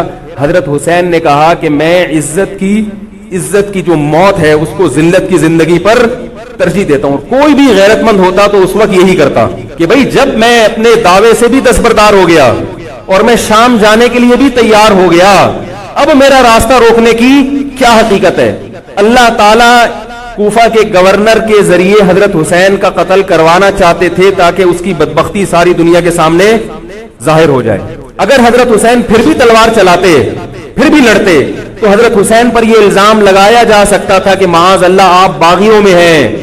تو اللہ تعالیٰ نے اپنے نبی کے نواسے کو اس الزام سے محفوظ رکھا اور آپ نے لڑائی کا ارادہ ترک کر دیا. حضرت حسین نے کربلا کے میدان میں جو لڑائی لڑی ہے وہ اقدامی لڑائی نہیں تھی, وہ دفاعی لڑائی تھی. دیکھو جب حکومت آپ کو گھیر لے چاروں طرف سے, آپ کہیں ٹھیک ہے بھائی میں لڑائی سے دستبردار ہوتا ہوں, مجھے میرے گھر جانے دو. حضرت حسین کا ایک مطالبہ یہ بھی تھا کہ یا تو مجھے واپس جانے دو مدینہ, میں جہاں سے آیا ہوں وہیں جا رہا ہوں واپس, مکہ جانے دو یا مدینہ جانے دو. ان کا ایک مطالبہ تھا کہ نہیں, ان کو گرفتار کر کے لاؤ اور زبردستی ہمارے ہاتھ پر بیعت کراؤ. یہ ظلم تھا. نتیجہ کیا نکلا ہے کہ کربلا کے میدان میں آپ کو گھیر کر آپ کو بھی شہید کر دیا گیا, اور جتنے اہل بیت تھے مرد سوائے امام زین العابدین کے جو حضرت حسین رضی اللہ, حضرت حسن کے بیٹے تھے, ان کے علاوہ جتنے بھی اہل بیت تھے ان سب کو قتل کر دیا گیا. اور یہ اسلامی تاریخ پر ایک بدنما داغ ہے یہ واقعہ کہ ایک اسلامی حکومت تھی اور اس کے اسلامی حکمران تھے, اور ان حکمرانوں کے ہاتھوں محمد صلی اللہ علیہ وسلم کے نواسے کا سر جو ہے وہ گردن اڑائی گئی ہے. مجھ سے خدا کی قسم یہ الفاظ ادا نہیں ہو رہے, میں اپنے جذبات پہ بہت زیادہ کنٹرول کر رہا ہوں. وہ منظر کیا ہوگا کہ جب نبی صلی اللہ علیہ وسلم کے نواسے, آپ صلی اللہ علیہ وسلم کے نواسے کی گردن اڑائی گئی ہو. تو یہ بہت ایک اسلامی تاریخ میں ایک بدترین واقعہ ہے. لیکن بات یہ ہے کہ جب یہ واقعہ ہو گیا اور قتل کر دیا گیا, باقی جتنے بھی جو زندہ بچے تھے اہل بیت وہ یزید کے پاس لے جائے گئے. روایات میں آتا ہے کہ یزید نے ان کا اکرام کیا اور ان کو عزت کے ساتھ تحفے تحائف دے کر واپس کیا. یہ جو کربلا کے واقعات میں جو ظلم کی داستانیں اضافی بیان کی جاتی ہیں, اس کا مستند تاریخی روایات سے کوئی ثبوت بولو بھائی نہیں ملتا. اب لوگوں نے اپنی دکانیں چمکا لی ہیں, پانی نہیں تھا, کئی دنوں سے کھانا نہیں ملا. صحیح روایات سے ثابت ہے کہ حضرت حسین رضی اللہ تعالیٰ عنہ کربلا کے میدان میں وضو کر کے نماز پڑھتے تھے تو پانی تھا تو, اور بعض نے یہ کہا کہ اہل بیت کی عورتوں کی عزتیں اچھالی گئی ہیں. آپ اس طرح کی باتیں کر کے اہل بیت سے محبت کا اظہار کر رہے ہو یا ان کی توہین کر رہے ہو؟ بولو بھائی. اگر کوئی عزت دار پاک دامن عورت ہو, بالفرض اس کی عزت پہ ڈاکہ ڈلتا ہے بالفرض, تو آپ اس بات کو چھپاؤ گے نا, آپ جھوٹ بولو گے, بولو گے نہیں بھائی اس کی عزت پہ کوئی آنچ نہیں آئی ہے. کیونکہ جب عورت کی عزت کو آپ کوئی تار تار کر دے اور آپ ممبر پہ بیٹھ کے اس کو بتا دو, تو وہ عزت تار تار ہونے سے اتنی بے عزتی نہیں ہوگی جتنی اس بات کو بیان کرنے سے اس کی بے عزتی ہوگی. حقیقت یہ ہے کہ کسی مستند روایت سے ثابت نہیں ہے کہ اہل بیت کی عورتوں کی عزتوں کو اچھالا گیا. وہ نبی کے گھرانے کی عورتیں تھیں, ان کا ناخن بھی کوئی نامحرم مرد نہیں دیکھ پاتا تھا. دوپٹہ اتر گیا زینب کا اور زینب کی چادر چھن گئی, یہ سب غلط ہے, یہ سب من گھڑت باتیں ہیں. چونکہ وہ بہرحال مسلمان تھے جو حضرت حسین کے خلاف لڑ رہے تھے, ظالم تھے, اس میں کوئی شک نہیں ہے. اس سے بڑا ظلم اس کائنات میں ہوا نہیں ہوگا کہ ایک شخص جو اپنے آپ کو مسلمان کہتا ہے اور وہ نبی کے نواسے کو قتل کر دے اور اہل بیت کو قتل کر دے. اسلامی سیاست میں اتنی گندی تاریخ ہمیں کبھی بھی نہیں ملتی. حضرت عثمان کا بھی قتل ہوا, وہ بھی بہت بڑا ظلم تھا, مگر یہ ظلم اس ظلم کی نوعیت سے بڑھ کر تھا, کیونکہ حضرت عثمان کا قتل حکومت کے ہاتھوں نہیں ہوا ہے, باغیوں کے ہاتھوں ہوا ہے. یہاں حضرت حسین کا قتل کس کے ہاتھوں ہوا ہے؟ حکومت کے ہاتھوں ہوا ہے, جس پر لوگ بیعت کر چکے تھے. تو یہ اسلامی تاریخ میں ایک بہت بڑا بدنما داغ ہے, مگر اس کو بیان جس انداز سے کیا جاتا ہے اور جتنے قصے کہانیاں من گھڑت سنائے جاتے ہیں ان کا حقیقت سے تعلق نہیں ہے. ہماری نظر میں چاہے پانی بند کیا ہو یا نہیں کیا ہو, کھانا ملا ہو یا نہیں ملا ہو, ہماری نظر میں حضرت حسین رضی اللہ تعالی عنہ کا سر قلم کر دینا ہی کائنات کا بدترین ظلم ہے. یہی ایسا ظلم ہے کہ جس پر جتنا غم کیا جائے کم ہے. غم منایا نہیں, غم کیا جائے. منانا الگ چیز ہے, غمزدہ ہونا الگ چیز ہے, لیکن جو آگے اس میں تڑکا لگایا جاتا ہے اس کا حقائق سے تعلق بولو بھائی نہیں ہے. یہ دکانیں ہیں جو چمکائی, اس میں سب برابر ہیں, شیعہ بھی سنی بھی. بہت سارے سنی علماء بھی کربلا کے واقعے کو بہت ہی بھیانک انداز سے بیان کرتے ہیں, اور مقصد کیا ہوتا ہے؟ پبلک کو رلانا. ایک رونا وہ ہوتا ہے جو خود سے آئے, اور ایک رونا ہوتا ہے باقاعدہ آپ کو آرڈر پہ رونے کے لیے اور رلانے کے لیے بلایا جائے. کیوں؟ اندر سے ٹھیک ہیں. کیا کہہ رہے ہیں یار, بہت مشکل ہو گیا آج کل باتوں کو سمجھانا. اندر سے کیا ہے؟ ٹھیک ہے, ان کو پتا ہے, سچ کو صحیح سمجھتے ہیں, منافقت نہیں ہے. اگر دشمن ہے اسلام کے تو کھل کے دشمن, دوست ہیں تو کھل کے دوست ہیں, دو نمبری نہیں ہے. اللہ نے حضرت موسیٰ کو بنی اسرائیل میں بھیجا کیونکہ حضرت موسیٰ آخری نبی نہیں تھے. بنی اسرائیل پہ کتنی محنت کی, مگر کیا ہے ان کا رویہ؟ دو نمبری والا. جہاں مفاد نظر آتے وہاں چلے جاتے. جس قوم کی زبان ایک نہ ہو, جس قوم کے معاہدے ایک نہ ہو, معاہدے توڑتی ہو, اس قوم میں اللہ آخری نبی کو نہیں بھیج سکتے تھے کہ بھئی اس قوم کو تو میں نے قائد بنانا ہے. دو نمبر قوم جو جھوٹ بولتی ہو, جو بات بات پہ پینترا بدلتی ہو, اس کو تھوڑی قیادت ملے گی. تو نبی صلی اللہ, حضرت ابو سفیان رضی اللہ تعالیٰ عنہ فرماتے ہیں کہ مجھے ڈر تھا کہ میں اگر, مجھے یہ جملہ اتنا اچھا لگتا ہے نا, بار بار دہرانے میں مزہ آتا ہے, کہ میں نے اگر جھوٹ بولا, وہ کتنی باتیں نبی کے بارے میں پوچھتے جا رہے ہیں. اس نے کہا کہ ان کی باپ دادا میں کوئی بادشاہ گزرا ہے؟ کہا نہیں. اس نے کہا اگر بادشاہ گزرا ہوتا تو میرے ذہن میں آتا کہ اولاد کو بھی سیاست کا شوق ہوتا ہے نا. ابا وزیر اعظم گزرے, صدر گزرے, تو بیٹے کا بھی دل چاہتا ہے یار کچھ کرسی ہمارے پاس بھی ہے. تو ان کے تو صدیوں تک کوئی بادشاہ گزرا ہی نہیں ہے, تو ایک دم سے ان کو کیسے خیال آ گیا؟ کہا اچھا جو جنگیں ہوتی ہیں ان میں فتح کس کو ہوتی ہے؟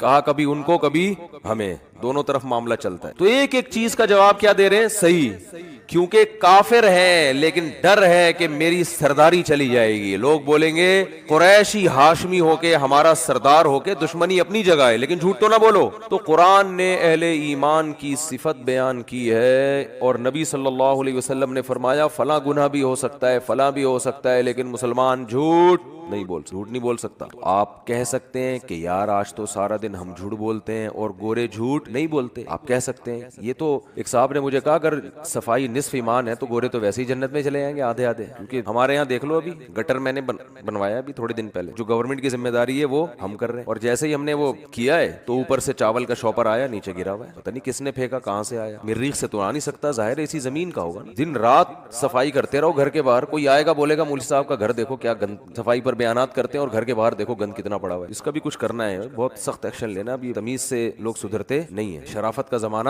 نہیں ہے. شاپر کبھی پڑا ہوگا چاولوں کا, کون رکھ کے جا رہا ہے, کیا ہو رہا ہے, کبھی پیمپر پڑا ہوا ہوگا. ماسیاں گھروں میں جو کام کرتی ہیں, لوگ ان کو کہتے ہیں نا کہ کچرا پھینک کر آؤ, تو وہ دیکھتے ہیں کہ جو کارنر کا, میرا گھر کارنر کے ساتھ ہی ہے تقریباً, تو وہ کیا کرتی ہے کہ بھائی دیکھا دائیں بائیں کوئی دیکھ تو نہیں رہا, وہاں کچرا رکھے. ان کو روڈ پار کرنا مشکل لگ رہا ہے, اور ویسے بھی روڈ پار کے باہر کون سی کچرے کی جگہ ہے, وہ بھی تو لوگوں نے خود بنائی ہوئی ہے, وہ کوئی کچرا کنڈی تھوڑی ہے. کچرا کنڈی کی ڈیفینیشن کراچی میں یہ ہے کہ جہاں دو شاپر نظر آ جائیں, دو پیمپر, تو یہ کچرا کنڈی ہے بس. تیسرا خود لا کے ثواب ہے وہاں پہ رکھنا, حقیقت ہے. کچرا کنڈی کی ڈیفینیشن کیا ہے کہ جہاں دو پیمپر, یہ تو اس کا بنیادی رکن ہے. ایک پیمپر ہو تو شبہ ہوتا ہے کہ کسی نے ویسے ہی رکھ دیا, غلط کیا, لیکن اگر دو پیمپر اکٹھے ہو گئے وہاں پہ, اٹ از کالڈ کچرا کنڈی. پھر 25-30 ویسے ہی ہو جائیں گے, پھر پورا ڈھیر ویسے ہی بن جائے گا. جیسے بدعتیوں کے ہاں کوئی بھی قبر بنا دو نا اونچی کر کے, ایک جھنڈا لگا دو, تو اب اندر کون ہے کیا ہے اس سے غرض نہیں ہے. ایک صاحب نے مجھے یہاں تک بتایا ایک مزار ہے جس میں گدھا دفن ہے, اور ایک مجاور بیٹھا وہاں پہ ایک جھنڈے لگا کے, اور دنا دن قوالیاں چل رہی ہیں, اور کسی کو نہیں پتا بھائی یہ کوئی دامت برکاتم نہیں ہے, یہ گدھا دفن ہے یہاں پہ. وہ گدھا بھی بولتا ہوگا یار اتنا پروٹوکول مجھے زندگی میں نہیں ملا. حقیقت ہے. تو میں نے اس سے کہا, میرا دل چاہ رہا تھا میں اس سے کہوں کہ اندر گدھا دفن ہو یا نہ ہو, باہر جتنے ہیں وہ سارے گدھے ہیں, اس میں کوئی شبہ نہیں ہے. وہ تو بیچارہ فزیکلی گدھا تھا نا, اور یہ روحانی گدھے ہیں جو مزاروں میں بیٹھ کے یہ حرکتیں کر رہے ہیں. ان المساجد للہ, مسجدیں ہیں اللہ کے لیے. فلا تدعوا مع اللہ احدا, اللہ نے فرمایا یہاں آ کے اللہ کو پکارو, اور یہاں بھی اللہ کے علاوہ کسی اور کو نہیں پکارو, صرف یا اللہ مدد مسجد میں, یہاں بھی کسی اور کو نہیں پکارو, یہ میرا گھر ہے میرا. ہمارے نبی بھی آئیں گے تو اللہ کو پکاریں گے. اللہ نے قرآن میں کیا فرمایا, ما کان لبشر, کسی بشر کے یہ میں کوئی یہ مجال نہیں ہے, یؤتیہ اللہ الکتاب والحکمہ, اللہ اسے کتاب بھی دے, حکمت بھی سکھائے, نبوت بھی دے, ثم یقول للناس کونوا عبادا لی, پھر وہ لوگوں کو اپنی طرف کھینچنا شروع کر دے. فرمایا نا نا نا نا, یہ اللہ نے عیسائیوں کو کہا کہ عیسیٰ علیہ السلام کو مت پکارو, یہ عیسیٰ کی تعلیمات نہیں ہے. فرمایا ہر پیغمبر کی تعلیمات یہ ہے کہ کس کی عبادت ہوگی, اللہ کی. آپ کہتے ہیں ہم پکارتے ہیں, عبادت تھوڑی کر رہے ہیں, تو عبادت پکار ہی کو کہتے ہیں. عبادت کا جو مغز ہے نا وہ تو پکارنا ہے, دعا ہے. دنیا میں جتنی عبادتیں ہوتی ہیں بھگوانوں سے مانگا جاتا ہے, اٹ از کالڈ عبادت, اس کو عبادت اور ورشپ کہا جاتا ہے. ہندو جب مندر میں جاتا ہے نا عبادت کرنا ہے تو کیا ہوتا ہے؟ بھگوان سے مانگ رہا ہوتا ہے وہ، ورنہ وہ بھی کہہ سکتا ہے میں مانگ رہا ہوں، میں عبادت تھوڑی کر رہا ہوں، میں تو بھگوان سے یوں کہہ رہا ہوں کہ یہ میرا کام کر دو، یہ میرا کام کر دو، یہی تو عبادت ہے۔ اچھا خیر، تو میں یہ عرض کر رہا تھا کہ میں یہ کہہ رہا تھا کہ دیکھو اللہ نے مسلمانوں کی علامتیں بیان کی ہیں، جن میں ایک بہت بڑی علامت ایگریمنٹ کی خلاف ورزی، بولو نہیں، معاہدے نہیں توڑتے، صحابہ کے واقعات ہیں، ہمارے نبی کے واقعات ہیں، کیسے کیسے اپنی زبان کو پورا کیا۔ صلح حدیبیہ میں دیکھ لیں آپ، معاہدہ ہوا، سارے ان کی مرضی کے معاہدے ہو گئے، لیکن جب ہو گئے تو ہو گئے۔ ایک معاہدہ یہ ہوا کہ ادھر سے جو مسلمان ہو کر ادھر آئے گا آپ اس کو واپس حوالے کر دیں گے غیر مسلموں کے، آپ اس کو پناہ نہیں دیں گے۔ اب یہ بظاہر یہ تو بہت مسلمانوں کے خلاف معاہدہ ہے، لیکن آپ صلی اللہ علیہ وسلم نے کیا کہ چلو کوئی بات نہیں، ابھی ان لوگوں کو بچاؤ، جنگ بندی کرو کسی طرح سے، جو ہوگا اپنی ذمہ داری پر ہو مسلمان۔ اس سے ہمیں یہ بھی پتہ چلتا ہے نبی صلی اللہ علیہ وسلم نے کتنی بصیرت سے کام لیا ہے۔ ہمارے ہاں ہر کام جذبات سے کرنا چاہتے ہیں، بس ایک دن میں سب کچھ ہو جائے، ایسا نہیں ہوتا بھائی۔ آپ صلی اللہ علیہ وسلم چاہتے تھے کہ جنگ کیا ہو، بولو نا، بند ہو، جنگ نہ ہو، ہمیں موقع ملے کچھ دعوت کا، اور دوسرے قبیلوں سے جنگ کا موقع ملے جنہوں نے ہمیں تنگ کر کے رکھا ہوا ہے۔ تو اگر یہ نہیں مان رہے، معاہدے پہ آمادہ نہیں ہے، تو کوئی بات نہیں، ان کی شرطوں پہ مان لو، اس میں نقصان کم ہے، اور اگر معاہدہ نہیں ہوا تو نقصان زیادہ ہے۔ تو یہ پوری زندگی میں انسان کو نا اس طرح سے زندگی گزارنی چاہیے، پوری زندگی انہی اصولوں پہ۔ فقہ کا قاعدہ ہے یتحمل الضرر الخفی لاجل دفع الضرر الجلی، ہمیشہ بڑے نقصان سے بچنے کے لیے چھوٹا نقصان برداشت کیا جائے گا۔ اب جب ایسی پالیسی بناتے ہیں لوگ تو لوگ کہتے ہیں یار اس میں تو نقصان ہے، اور یہ نہیں دیکھ رہے ہوتے کہ نہیں کرو گے تو بڑا نقصان ہے، لیکن نہیں بس اس کو دیکھ رہے ہوتے ہیں یہ تو نقصان ہے، یہ تو نقصان ہے، یہ تو یہ کیا ہو رہا ہے، یہ کیا ہو رہا ہے۔ تو بھائی یہ نہیں ہوتا تو یہ ہوتا۔ ڈاکٹروں سے بھی لوگ لڑتے ہیں، آپ نے یہ دوا کھلائی اس کو تو مجھے یہ ہو رہا ہے، اس کو تو مجھے یہ نقصان، ڈاکٹر کہے گا بھائی یہ سائیڈ افیکٹ ہیں، نہیں کھلاتے تو پھر اس سے بڑے مسائل ہوتے ہیں۔ تو کسی کو بھی نہیں معاف کرتے لوگ۔ تو نبی صلی اللہ علیہ وسلم نے ایگریمنٹ کیا، حضرت ابو جندل رضی اللہ، ابھی ایگریمنٹ پہ سائن نہیں ہوئے، زبانی ایگریمنٹ ہو گیا، سگنیچر نہیں ہوئے، مہر نہیں لگی ہے، زبانی ہو گیا۔ اسلام زبانی ایگریمنٹ کو مانتا ہے نا، ریٹن کا تو مطلب یہ ہوتا ہے کہ کل ثبوت رہے، ہم دکھا سکیں۔ اصل تو کیا ہے، نکاح بھی زبان سے ہوتا ہے، تبھی جیسے میں نکاح پڑھاتا ہوں نا، حالانکہ نکاح نامہ بھی بنا نہیں ہوتا تو دولہا ٹینشن میں ہوتا ہے، مفتی صاحب تو نکاح پڑھا کے نکل لیے، اور خالی کاغذ پہ مفتی صاحب نے دستخط کر دیے، یہ کیا ہو گیا؟ تو تسلی رکھیں، جب زبانی نکاح ہو گیا تو نکاح ہو گیا، وہ تو پھر بندہ رکھا ہوا ہے ہم نے، وہ آپ سے سائن لے لے گا، میرے سائن وہ پہلے لے چکا ہوتا ہے، کوئی بیوی رجسٹر کروانی ہے آپ کے نام، بس یہ رہ گیا، مالک آپ بن گئے، ڈیلیوری بھی ہو جائے گی انشاءاللہ، رجسٹریشن رہ گئی ہے، وہ ڈاکومنٹ میں چلتی رہے گی، اتنا ٹینشن لینے کا نہیں ہے۔ اور اگر آپ کہیں بیگم کا ارادہ بدل گیا، یار ابھی کاغذ میں تو ہوا نہیں تھا، ڈاکومنٹ جیسے گاڑی کوئی بیچتا ہے نا اور ڈاکومنٹ ابھی دیے نہیں اور پیسے لے کے بھاگ گیا، تو آپ کو یہ خطرہ ہو کہ یار مفتی صاحب تو نکاح پڑھا کے نکل لیے، ڈاکومنٹ تو بنے نہیں، اگر لڑکی والے کل مکر گئے تو پہلی بات آپ کا کون سا پیسہ خرچ ہوا ہے اس کے اوپر، وہ تو گاڑی کے پیسے لے کے بندہ بھاگ جائے تو بھاگ جائے، یہاں تو آپ نے کیا دھیلا بھی خرچ نہیں ہوا آپ کا۔ دوسری بات یہ ہے کہ ہم بیٹھے ہوئے ہیں بطور گواہ کے، جہاں بلائیں گے ہم گواہی دیں گے، بھائی اس کا نکاح ہم نے خود پڑھایا ہے، تو گواہوں کو بھی تو اسلام بھی مانتا ہے، حکومت بھی مانتی ہے، تو اس لیے زیادہ ٹینشن لینے کی ضرورت نہیں، تو ہم بتا دیں گے بھائی ایسا نہیں ہے۔ ممکن ہے آپ کہیں کہ وہ مفتیوں کے فتوے کو نہیں مانتے، تو جو مفتیوں کے فتوے کو نہیں مانتا نا، وہ ڈاکومنٹ لے کے بھی اس کا کوئی فائدہ نہیں ہے، وہ اگر بیوی آپ کے نام بھی ہو جائے گی تو کسی کام کی نہیں ہے، عدالت میں جب جائے وہ کینسل کروا سکتی ہے، وہ عدالت نے ماشاءاللہ حرام خوری کے جو دروازے کھول دیے نا جنرل مشرف کے کہنے پر، عدالت کا شاید قصور نہیں ہے، جنرل مشرف نے گن پوائنٹ پہ یہ قانون بنایا ہے، تو عدالت تو پابند ہوتی ہے، لیکن ماشاءاللہ جو زنا کے اڈے کھل گئے ہیں ہماری عدالتوں میں، کوئی بھی عورت جائے، بیوی جائے، بولے مجھے نہیں رہنا میاں کے ساتھ، عدالت کہتی ہے یہ لو خلا کی ڈگری، جاؤ، تمہیں جو معشوق تمہارا جو عاشق ہے جاؤ اس سے جا کے شادی کرو، شوہر میں کوئی بھی خرابی نہ ہو، کچھ بھی نہ ہو، یہ چل رہا ہے۔ تو اس لیے یہ بیگم شیگم اپنے نام کرانے کی ٹینشن نہ لیا کریں، نام ہو کے بھی 2 منٹ میں چاہے گی اپنا یہاں سے نام ہٹوا کے وسیم بھائی کا نام ڈال دے گی، ٹھیک ہے نا، جو اچھا لگ رہا ہے بھائی یہ والا زیادہ اچھا لگ رہا ہے یہ والا ڈال دو، تو چل جاتا ہے۔ یہ عدالتوں نے یہ حرام خوری ماشاءاللہ طبیعت سے ہو گئی ہے ابھی، اور خاموش بھی ہیں لوگ، اس پہ آواز نہیں اٹھا رہے اس کے خلاف، پتہ نہیں کیا ہو گیا، میں حیران ہوں۔ تو خیر کیا یار بات کہاں سے کہاں چلی جاتی جی۔ تو میں یہ عرض کر رہا تھا، یہ جو کیونکہ معاہدے اور جھوٹ والا عنصر بہت اہم ہے نا، تو اس لیے تھوڑا سا اس کو میں زیادہ ہائی لائٹ کر رہا ہوں۔ تو نبی صلی اللہ علیہ وسلم نے معاہدہ کیا، ابھی اس پہ دستخط نہیں ہوئے ہیں، تو آپ صلی اللہ علیہ وسلم نے، حضرت ابو جندل مسلمان ہو کر آ گئے، اس دوران بڑی وہاں مشقت گزاری انہوں نے، اور فرار ہوئے وہاں سے کہ اب میں آ رہا ہوں مدینہ، مسلمان پناہ دیں گے، ادھر آئے ہیں، ادھر مشرکین نے کہا ان کو ہمارے حوالے کر دو، ان کو ہمارے حوالے کرو۔ کس قدر صحابہ پہ قیامت گزری ہوگی۔ غیرت مند آدمی کے لیے ایسا کرنا بڑا مشکل ہوتا ہے کہ اپنا آدمی آیا ہو اور آپ ان کے حوالے کر دیں, وہ تو اور ظلم کریں گے. یہ آزمائش مسلمانوں کی بھی تھی اور حضرت ابو جندل کی بھی تھی کہ اپنے ہاتھوں سے کسی کو حوالے کیا جائے یا منع کر دیا جائے یہاں مت آؤ, اور وہ پھر بھی دین پر قائم رہے. تو انہوں نے کہا یا رسول اللہ آپ مجھے ان کے حوالے کرتے ہیں, لیکن آپ صلی اللہ علیہ وسلم خاموش. بھائی ایگریمنٹ ہو چکا ہے. کیسا مسلمان زبان کا پکا ہوتا ہے کہ نہیں ہوتا,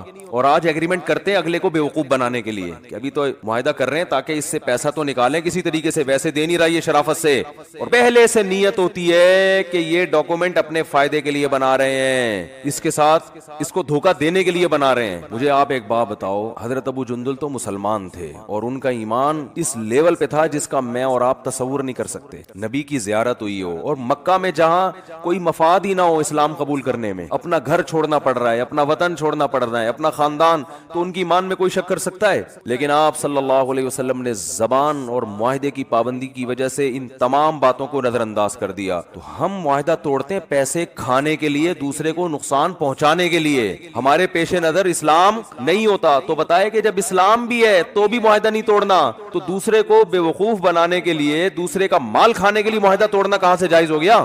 آج جو معاہدے توڑے جا رہے ہیں نا اس میں کسی کو فائدہ نہیں پہنچایا جا رہا. دیکھو نبی صلی اللہ علیہ وسلم نقل کفر نباشت, اگر معاہدہ توڑ دیتے تو حضرت ابو جندل کو فائدہ ہوتا نا اس کا کہ بھئی مجھے پناہ مل گئی, اس کے باوجود بھی آپ نے معاہدہ نہیں توڑا, فائدہ کی کے باوجود نہیں توڑا. تو اسلام بتا رہے کہ کسی کا فائدہ بھی ہو تو آپ ایگریمنٹ نہیں توڑ سکتے, تو آپ کسی کو نقصان پہنچانے کے لیے کہاں سے ایگریمنٹ توڑ سکتے ہو بھائی, یہ کہاں سے جائز؟ تو حضرت ابو جندل کو جب واپس کیا, ان کے حوالے کر دیا, وہ تین بندے آئے کہ انہوں نے کہا کہ لے جاؤ ان کو, وہ گرفتار کر کے لے گئے. حضرت ابو جندل تھے ہوشیار, ایک تو ایمان پکا تھا, انہوں نے کہا نبی جو کر رہے ہیں اپنے لحاظ سے صحیح کر رہے ہیں, ایمان مضبوط تھا, نہ مرتد ہوئے نہ اسلام سے پھرے. انہوں نے کہا کہ مشرکین کے بارے میں سوچا کہ نبی کا معاہدہ ہے نا تم سے, میرا تو کوئی معاہدہ نہیں ہے, دل میں سوچا.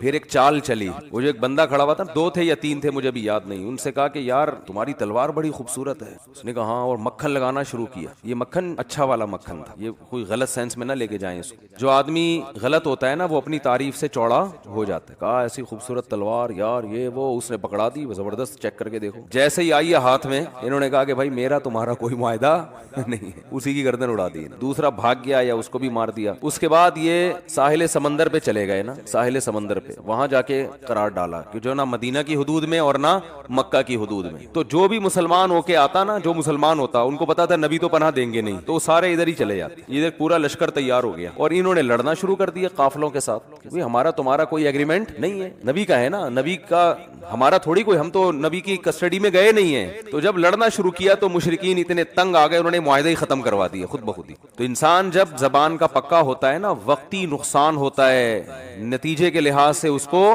فائدہ ہوتا ہے, اور جو جھوٹ بولتا ہے, 2 نمبری کرتا ہے, اس کو اس وقت فائدہ ہوتا ہے, بعد میں اس کو بڑا نقصان ہوتا ہے. اور اللہ کی عادت ہے 2 نمبر پکڑا جاتا ہے, یہ ایسی چیز ہے جو زیادہ عرصہ چلتی نہیں ہے. تو میں یہ عرض کر رہا تھا کہ اسلام نے اہل ایمان کی علامتیں بیان کی. وہ یوں کرتے ہیں, وہ نماز پڑھتے ہیں, وہ زکوٰۃ دیتے ہیں, وہ غریبوں کا خیال کرتے ہیں. تو ہم نے وہ علامات لے کے ہم نے کہا چلو ہم بھی تھوڑا تھوڑا اس میں اپنا حصہ ڈال لیں. وائپر والے کو 20 روپے پکڑا دیے, پہلے 5 کا دور تھا, 20 روپے کر 10-20 ہو گیا ہے, تو ہم نے بھی صدقہ کر دیا. یہ بھائی ایسے ہے کہ یہ تو کافروں میں بھی کچھ چیزیں پائی جاتی ہیں. صفائی نصف ایمان ہے, یہاں بات چل رہی تھی. ایک صاحب نے کہا پھر انگریز تو آدھے سے زیادہ ہی مومن ہے, مسلمان تو مومن سرے سے ہے ہی نہیں, کیونکہ ہمارے ہاں اندر کا تو اللہ ہی بہتر جانتا ہے کس کا کتنا حساب کتاب صاف ستھرا ہے کہ نہیں ہے, لیکن باہر کا معاملہ تو جو ساری دنیا دیکھ رہی ہے وہ تو سب کو نظر آ رہا ہے نا. کیا گند ہے ماشاءاللہ, کیا, خاص طور پہ کراچی, پنجاب میں بھی ہے لیکن اتنا نہیں ہے. کراچی تو کچرا کنڈی کا دوسرا نام بن گیا. کھڈے, روڈ کی حالات دیکھو. ایک بوڑھی خاتون رکشے میں بیٹھی, چیخیں نکل گئی ان کی, بیچاری کو اتارنا پڑا کیونکہ کمر کے مسئلے تھے, وہ رکشا اور اوپر سے کھڈے. تو وہ بیچاری ایسی چیخیں مار مار کے, ان کے جو پوتا تھا اس نے کہا میں نے دادی کو بڑی مشکل سے پھر تھوڑا سا آگے جا کے نکالا ہے یہاں سے. وہ بیچارہ غریب آدمی تھا, وہ نہیں ٹیکسی افورڈ کر سکتا, اور ٹیکسی میں جھٹکے نہیں لگیں گے اس کو. وہ تو یعنی ظاہر ہے کراچی کے کھڈے کا کسی بھی ٹائم پہ کوئی بھروسہ نہیں ہے, کوئی بھی ٹائم پہ کھڈا آ سکتا ہے. اسپیڈ بریکر بھی اتنے بڑے بڑے اونچے, جیسے کٹی پہاڑی ہے, پوری پہاڑی ہے یہ نا, ایسے اسپیڈ بریکر بنائے ہوئے ہیں اور اس پہ کوئی نشان نہیں ہے. میں ایک دفعہ ایک گاڑی میں آ رہا تھا تو اسپیڈ بریکر کا پتہ نہیں چلا, ہم اسپیڈ میں, کوئی نشان ہی نہیں اسپیڈ بریکر. وہ گاڑی جو اتنا اچھل کے دھڑام سے نیچے گری ہے, میں خود تو اللہ کا شکر ہے ہم تو بچ گئے, ہمیں پتہ ہی نہیں گاڑی کا انجن آئل لیک ہونا شروع ہو گیا, اور وہ سارا انجن آئل ختم, اور گاڑی کیا انجن کیا ہو گیا, سیز. اب جب انجن سیز ہوتا ہے تو پھر میکینک پہناتا ہے آپ کو چیزیں مختلف قسم کی, وہ ایک نئی ٹینشن ہے. وہ اگر 10,000 کا خرچہ ہے تو 1,00,000 کر کے بتائے گا وہ, پھر اس میں 5 چیزیں اور نکالے گا, وہ بھی ایگریمنٹ کی خلاف ورزی, جھوٹ. ہمیں تو ایک میکینک اب مل گیا الحمدللہ دیندار ہے, لیکن اس وقت تجربے نہیں تھے زیادہ, تو وہ پھر الگ سے ٹوپیاں کرانا شروع کرے گا, 20 چیزیں الگ نکال دے گا وہ اس میں, اور پھر ایک دفعہ میکینک کے پاس چلے گئے, قیامت تک اب آپ جاتے ہی رہو. کچھ ایسا ٹیکا لگائے گا گاڑی میں کہ جو ہے اب آپ اسی کے قیامت تک کے لیے محتاج ہو گئے. الائنمنٹ ہی صحیح کرتے رہو ساری زندگی بیٹھ کے, جو بھگتے ہیں وہی بتا رہے ہیں. یہ والا ٹائر ادھر ہوا ہے تو یوں کرو گے تو اب تھوڑا سا ادھر ہو گیا, اب یوں. میرے پاس بائک تھی, ایک دفعہ میں گرا اس سے 125, تو میں گرا نا تو اس کا وہ جو ٹی ہوتا ہے نا آگے سے ٹیڑھا ہو گیا. مجھے طبیعت میں ایک تھوڑی سی مزاج یہ ہے کہ بھائی یہ صحیح سیدھا ہونا چاہیے نا, اتنی 125 0 میٹر رکھی ہوئی ہے تو یہ تو ٹی تو صحیح ہو نا.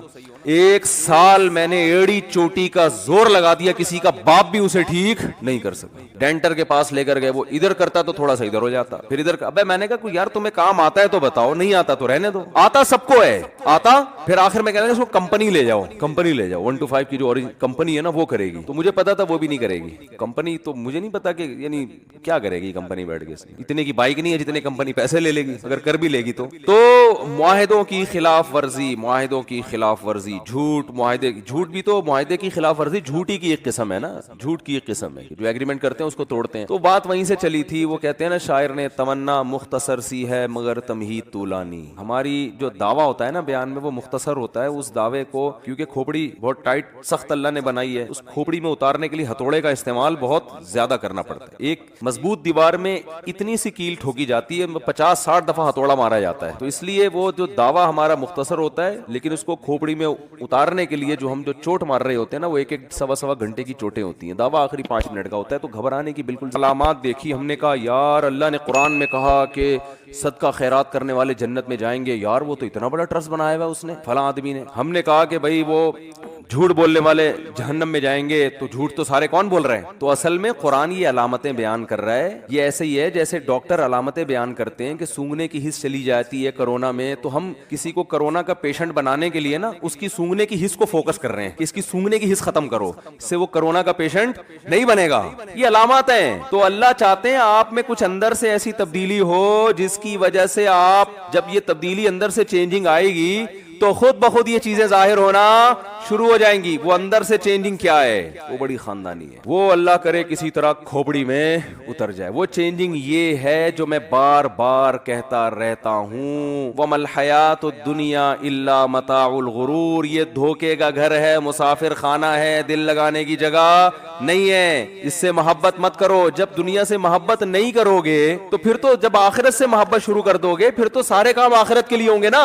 سخاوت خود بخود ہوگی, جھوٹ سے خود بخود بچے گا. اس کو پتا ہے جھوٹ بولنے سے دنیا میں کامیابی ملتی ہے, آخرت میں اللہ کی نظر میں انسان بہت زیادہ گر جاتا ہے, اللہ کی نظر میں اس کا مقام ختم ہو جاتا ہے. ہمارے نبی ایگریمنٹ پورا کر رہے ہیں, اپنے ساتھی کو غیر مسلموں کے حوالے کر رہے ہیں, اور میں ایگریمنٹ توڑ کر دوسرے کا پیسہ لے لوں, یہ کیسے؟ میں پیغمبر کو قیامت کے دن منہ کیسے دکھاؤں گا؟ میں نے معاہدہ کیا تھا کہ اتنے لاکھ روپے میں فلاں تاریخ تک پہنچا دوں گا. کل قیامت میں جب نبی صلی اللہ علیہ وسلم حوض کوثر پہ پانی پلائیں گے تو کیسے سامنا کروں گا؟ آپ کہیں گے میں نے ایگریمنٹ کیا تھا تو اپنے ساتھی کو غیر مسلموں کے حوالے کر دیا ان کے رحم و کرم پہ, اور تو نے ایگریمنٹ کیا اور دوسرے کے کروڑوں روپے تو نے ہتھیا لیے.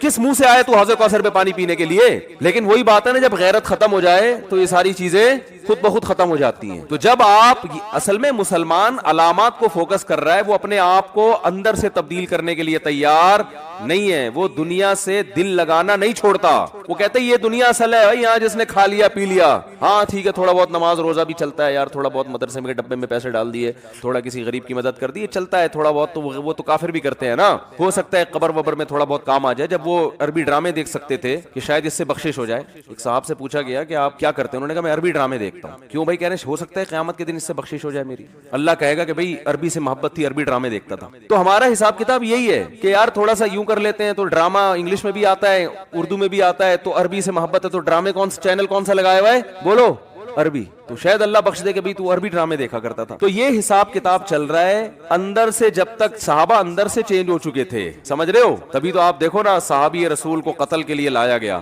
تو کھڑا کیا گیا ان کو مشرکین مکہ نے کہ اب ان کو قتل کریں گے, گردن اڑائیں گے. تو انہوں نے, ان کا ارادہ ہوا کہ میں اپنے جسم کی صفائی کر لوں شہادت سے پہلے, جو غیر ضروری بال ہوتے ہیں وہ صاف کر لوں. تو انہوں نے اس طرح منگوایا بلیڈ, کہا کہ مجھے تھوڑی سی مہلت دو قتل کرنے سے پہلے, کیونکہ اسلام صفائی پسند ہے نا. تو انہوں نے کہا میں اللہ کے پاس بھی صاف ستھرا ہو کے جانا چاہتا ہوں. ان کا نیت یہ تھی. تو اپنے جو بال غیر ضروری ہوتے ہیں وہ انہوں نے صاف کیے. اسی دوران مشرکین میں سے کسی کا بچہ آ گیا ان کے پاس, بچہ ایسے کھیلتا ہوا آ گیا, انہوں نے پکڑ لیا اس کو. اب وہ چاہتے اس کو مار سکتے تھے لیکن انہوں نے نہیں مارا, چھوڑ دیا اس بچے کو. اب جب قتل کا فیصلہ ہوا ہے نا کہ ان کی گردن اڑائی جائے گی, تو انہوں نے شعر پڑھا, فلست ابالی حین اقتل مسلما حین اقتل مسلما علی ای شق کان للہ مصرعی وذلک فی ذات الالہ وان یشاء یبارک علی اوصال شلو ممزعی. کیا خاندانی شعر ہے. کہہ رہے ہیں جب میں ایمان کی حالت میں دنیا سے جا رہا ہوں, اللہ کے لیے مر رہا ہوں, تو مجھے اس کی کوئی پرواہ نہیں ہے کہ گردن اڑنے کے بعد میرا دھڑ ادھر گرتا ہے یا ادھر گرتا ہے, کوئی پرواہ نہیں ہے. کیونکہ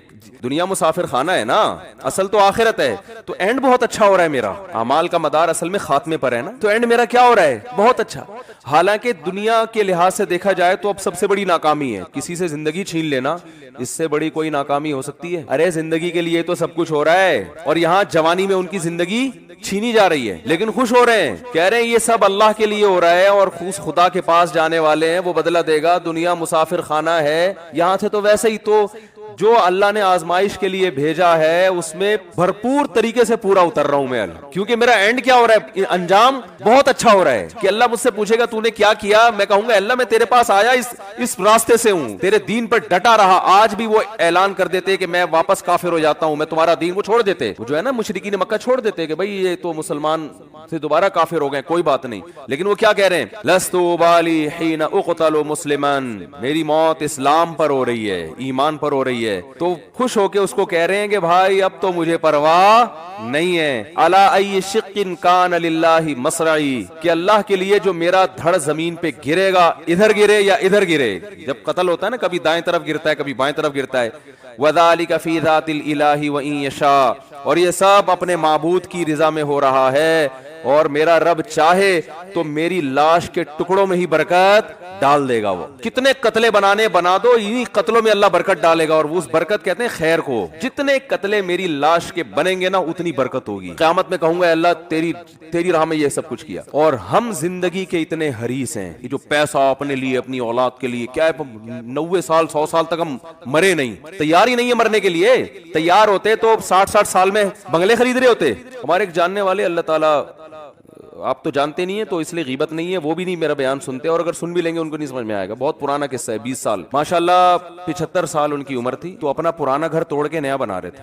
ہم لوگ کہہ رہے تھے یار 75 سال میں آپ اس گھر کو توڑ کے نیا بنا رہے ہو, کیا کر رہے ہو؟ پہلے تو اپنے آپ کو توڑ کے نیا کرو نا. گھر کے نئے ہونے سے آپ تھوڑی نئے ہو جاؤ گے. 75 سال اور پھر کھانستے بھی رہتے تھے, تو 2-4 سال کی لگ رہا تھا کہ اللہ تعالیٰ ان کو زندگی دے. پتہ نہیں انتقال ہو گیا, زندہ ہیں, اگر انتقال ہو گیا تو اللہ مغفرت کرے, نہیں ہوا تو اللہ اور زندگی دے ان کو. ویسے 20 سال ہو گئے تو لگ رہا ہے کہ انا للہ ہو چکا ہوگا.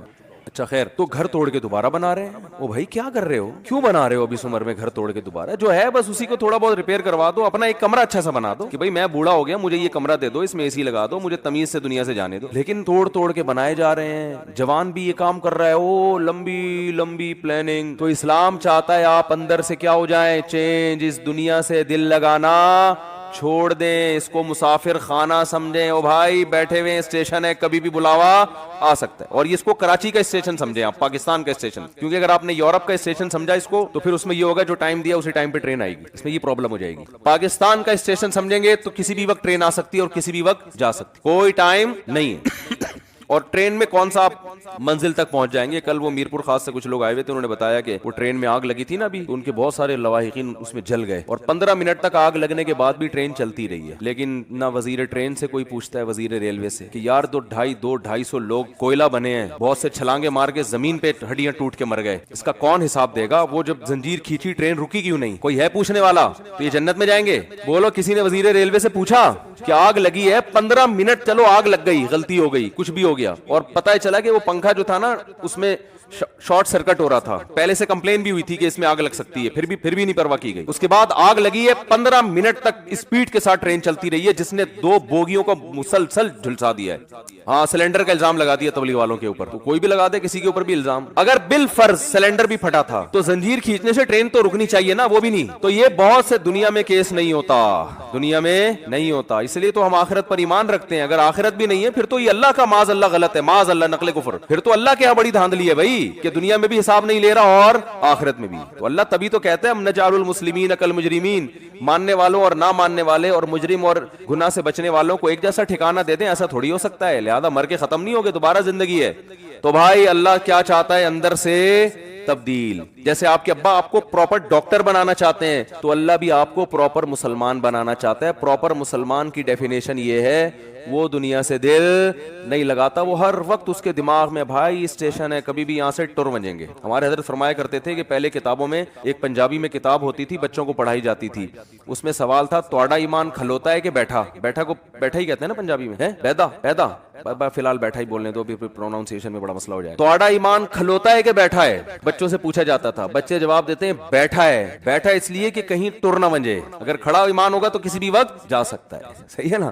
تو مسئلہ یہ ہے کہ ہم نے اپنے دل میں دنیا کے مسافر خانہ ہونے پر ایمان نہیں لانا, اس کو کھوپڑی میں بٹھانا ہے. ایسا بٹھانا ہے کہ ٹر نہ بنجے. ایسا نہ ہو کسی کی دولت دیکھ کر یہ تصور ٹر گیا. ہم اب کیا کرتے ہیں, بیان سنتے ہیں, ایک دماغ میں آتا ہے بھائی W11 کی طرح ہے, کبھی بھی اتر سکتے ہیں. اور W11 میں بعض دفعہ عزت کے ساتھ اترتا ہے, بعض دفعہ ایسے ہی اتار دیا جاتا ہے آدمی. وہ پھر کسی اور وقت W11 کے الگ سے فضائل بیان کروں گا انشاءاللہ. تو کسی بھی وقت جو ہے نا آدمی ٹر جاتا ہے. تو ایسا دنیا کے مسافر خانہ ہونے کو دماغ میں بٹھانا ہے کہ 2-4 بیان سن کے ہاں جی مسافر خانہ ہے, تھوڑا سا دماغ نہ اس کو کھوپڑی میں انسٹال کر دینا ہے. ایسا انسٹال کرنا ہے کہ ہر وقت یہ خیال آئے بھائی رہنے کی جگہ بولو نہیں. تو ہم آخرت کے لیے پیدا ہوئے, دنیا کے لیے تھوڑی پیدا ہوئے, تو آخرت کے لیے. تو جب بار بار یہ ہوگا تو پھر پیسے جب جمع کرنے کا خیال آئے گا, ابے بھائی یہاں سے تو جانا ہے یار, یہ پیسے آخرت کے بینک میں کیوں نہیں رکھوا دیتے. دیکھو امریکہ سے کما کے لوگ یہاں بھیجتے ہیں کہ یار بڑھاپے میں ادھر ہی پاکستان ہی آنا ہے نا, تو یہاں کوئی انویسٹمنٹ کرو. ایک صاحب امریکہ میں تھے, کہہ رہے تھے میں نے چونکہ آنا پاکستان ہے تو 6-7 دکانیں خرید لی انہوں نے پاکستان میں کہ جب آؤں گا تو یہاں کوئی انویسٹمنٹ ہو نا. تو جب ہم نے جانا آگے ہے تو ولتنظر نفس ما قدمت لغد, اللہ فرماتے ہیں پھر دیکھو کل کے لیے کیا کر رہے ہو تم, کل کے لیے کیا کتنی انویسٹمنٹ کی آگے. جہاں 50-60 سال رہنا ہے اس کے لیے تو کروڑوں کی انویسٹمنٹ ہے, جہاں کروڑوں سال اربوں سال رہنا ہے اس کے لیے وائپر والے کو 15 روپے دے دیے. ونس اپون اے ٹائم ایک دفعہ کسی فقیر کو 5 روپے کا سکہ تھما دیا. ونس اپون اے ٹائم ایک دفعہ مسجد کا پنکھا لگوا دیا, چلو یہ بھی اچھا ہے. اور اس پہ موٹا موٹا لکھوا دیا میرے دادا کی مغفرت کے لیے ستار بھائی کی طرف سے. ایک مسجد میں گیا, ہر پنکھے پہ لکھا ہوا ہے یہ پنکھا فلاں کی طرف سے, فلاں کے لیے, یہ فلاں کی طرف سے. میں نے کہا یار یہ فرشتوں کو کیا ٹینشن ہوگی, ان کو باقاعدہ کہ بھئی یہ والا پنکھے کی جو ہوا آ رہی ہے اس کا ثواب اٹھا کے فلاں ڈپارٹمنٹ میں پہنچانا ہے. ان کو سمجھا رہے ہو کیا کر رہے ہو یار, اتنی ڈیٹیل میں جانے کی کیا ضرورت ہے. تو یہ چل رہا ہے مارکیٹ میں. تو اللہ ہمیں کیا بنانا چاہتا ہے, اندر سے دنیا سے دل لگانا چھوڑ دو. متاع الغرور, دھوکے کا گھر ہے بھائی, ایسا نہیں ہے جیسی نظر آ رہی ہے. اور کمال ہے صبح شام دیکھتے بھی ہیں لوگوں کو مرتے ہوئے, مگر ہم کہتے ہیں وہ تو اس کے ساتھ ہوا ہے, میرے ساتھ تھوڑی ہو سکتا ہے. تو بس یہ غلط فہمی ہے, اور یہ غلط فہمی بہت جلد دور ہو جائے گی جب خود لیٹیں گے, آنکھ بند ہوگی تو پھر ایک دم حدیث میں آتا ہے کہ انسان کی جو ہوس ہے نا اس کو قبر کی مٹی لگام دے دے گی. پھر وہ کہے گا یار یہ کیا بحریہ ٹاؤن, یہ کیا. وہ ریاض ملک نے بھی جانا ہے, ٹھیک ہے نا.